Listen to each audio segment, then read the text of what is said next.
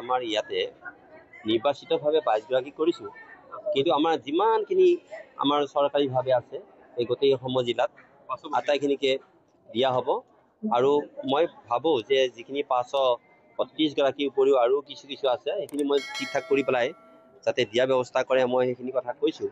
কিন্তু আপোনালোকে জানি সুখী হ'ব যে আমাৰ এই অংগনবাড়ী কৰ্মীসকলক প্ৰযুক্তিগত ধ্যান ধাৰণাৰ প্ৰতি তেওঁলোকৰ যিটো নেকি দায়বদ্ধতা, এই দায়বদ্ধতাটো ইমান দিনে অভাৱনীয়ভাৱে সেইটো নাইকিয়া হৈ আছিলে। কিন্তু মাননীয় ডক্টৰ হিমন্ত বিশ্ব শৰ্মা ডাঙৰীয়াই তেখেতসকলৰ এই যিটো নেকি এটা প্ৰচেষ্টা, আজি প্ৰত্যেকখন বিদ্যালয়তে ঠিক তেনেকুৱা এটা প্ৰচেষ্টা প্ৰযুক্তিগত প্ৰচেষ্টাৰে শক্তিশালী ৰূপত যাতে গঢ়ি তুলিবৰ কাৰণে যিটো ব্যৱস্থা, সেই ব্যৱস্থাটোৰ অন্যতম দিশটোৱে হৈছে কি যে আমাৰ অংগনবাড়ী কৰ্মীসকলৰ এই যিটো মানে ব্যৱস্থা তেখেতৰ হাতত নাছিলে, সেইটো এতিয়া আজি তেওঁলোকক আমি মোবাইল দি পেলাই সেই কাৰ্যটো সম্পাদন কৰা হয়। আজি মইতো সভাত আপোনালোকে গমেই পাইছে যে বয় বস্তুবোৰ বিতৰণ নকৰে আৰু দুই এটা মানে সকলো নহয় দেই, কিছু কিন্তু মানে আছে, তাৰ প্ৰমাণো আমাৰ হাতত আছে। আৰু সেই ক্ষেত্ৰত আমি মাতৃশক্তিৰ কাৰণে তেখেতসকলক আমি মানে কেৱল ৱাৰ্ণিং এটা দিছোঁ, সকীয়াই দিছোঁ যাতে আৰু সেই কাম নকৰে। কিন্তু আমি যদি তেখেতসকলে যদি সেই কামখিনি কৰিয়ে থাকে, তেতিয়াহ'লে এটা দেৱ শিশুৰ যিটো পবিত্ৰ অনুষ্ঠান অংগনবাড়ী, সেই ক্ষেত্ৰত কিন্তু আমি কঠোৰ ব্যৱস্থা হাতত ল'ব লাগিব।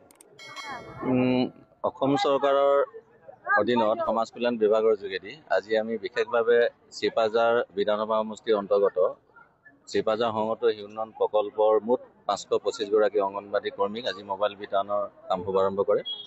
আজি আমাৰ এই শুভ অনুষ্ঠানত বিশেষভাৱে স্থানীয় বিধায়ক ডক্টৰ পৰমণি ৰাজবংশী প্ৰমুখ্যে দৰং জিলাৰ প্ৰাক্তন অধ্যক্ষ ধীৰেন্দ্ৰনাথ ডেকা প্ৰমুখ্যে আমাৰ জিলা অতিৰিক্ত আয়ুক্ত অজিত কলিতা, তদুপৰি আমাৰ পাথৰিঘাট ৰাজহ চক্ৰৰ বিষয়া ৰংপী বাইদেউ, ঠিক তেনেদৰে আমাৰ বিশেষভাৱে সংহত উন্নয়ন প্ৰকল্প বিষয়া সম্বন্ধিতে মুখ্য ভূমিকাৰ উপৰিও আমাৰ বিশেষভাৱে অংগনবাড়ী কৰ্মীসকল আছিল। গতিকে আজি এই মোবাইল বিতৰণৰ মুখ্য উদ্দেশ্য আছিল বিশেষভাৱে অংগনবাড়ী কৰ্মীসকলৰ বহুদিনীয়া এটা দাবী আছিল। বিশেষভাৱে আপোনালোকে নিশ্চয় জানে যে 2019 চনত প্ৰথমবাৰৰ বাবে পোষণ অভিযানৰ অধীনত মোবাইল অংগনবাড়ী কৰ্মীসকলক বিতৰণ কৰা হৈছিল আৰু পৰৱৰ্তী পৰ্যায়ত আজি বিশেষভাৱে 2025 চনত আমাৰ দৰং জিলাৰ সৰ্বমুঠ 1847টা অংগনবাড়ী কেন্দ্ৰৰ কাৰণে মোবাইল আবণ্টন হৈছিল। গতিকে প্ৰাথমিক পৰ্যায়ত আমি বিশেষভাৱে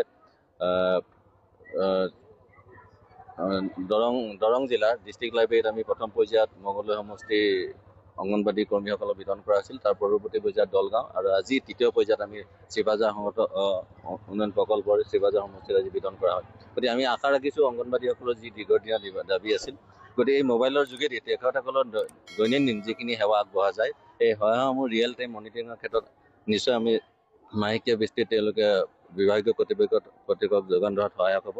আৰু আমি ভাবোঁ যে যিহেতু সংহত শিশু বিকাশ আঁচনিখন 1975 চনৰ পৰাই ৰূপায়ণ হৈ আছিল, তেতিয়া অংগনবাড়ী কৰ্মীসকলে প্ৰায় 11খন ৰেজিষ্টাৰ তেওঁলোকে বিভিন্ন তথ্য পাতি বহীত তেওঁলোকে সম্মিলিত কৰি যোগান ধৰা কৰিছিল। গতিকে এতিয়া আমাৰ বিশেষ এণ্ড্ৰইড মোবাইল দিয়াৰ লগে লগে সেইখিনি তেওঁলোকৰ কিছু কাম কষ্ট লাঘৱ হ'ব বুলি ভাবোঁ। আমি আশা ৰাখিছোঁ এই অংগনবাড়ী কৰ্মীসকলৰ আজি দিয়া মোবাইলৰ যোগেদি আমি সংহত শিশু উন্নয়ন প্ৰকল্পৰ যোগেদি ICDSৰ যিখিনি সেৱা আছিল এটা নিশ্চয় তেওঁলোকে গুৰুত্বপূৰ্ণ ভূমিকা গ্ৰহণ কৰিব।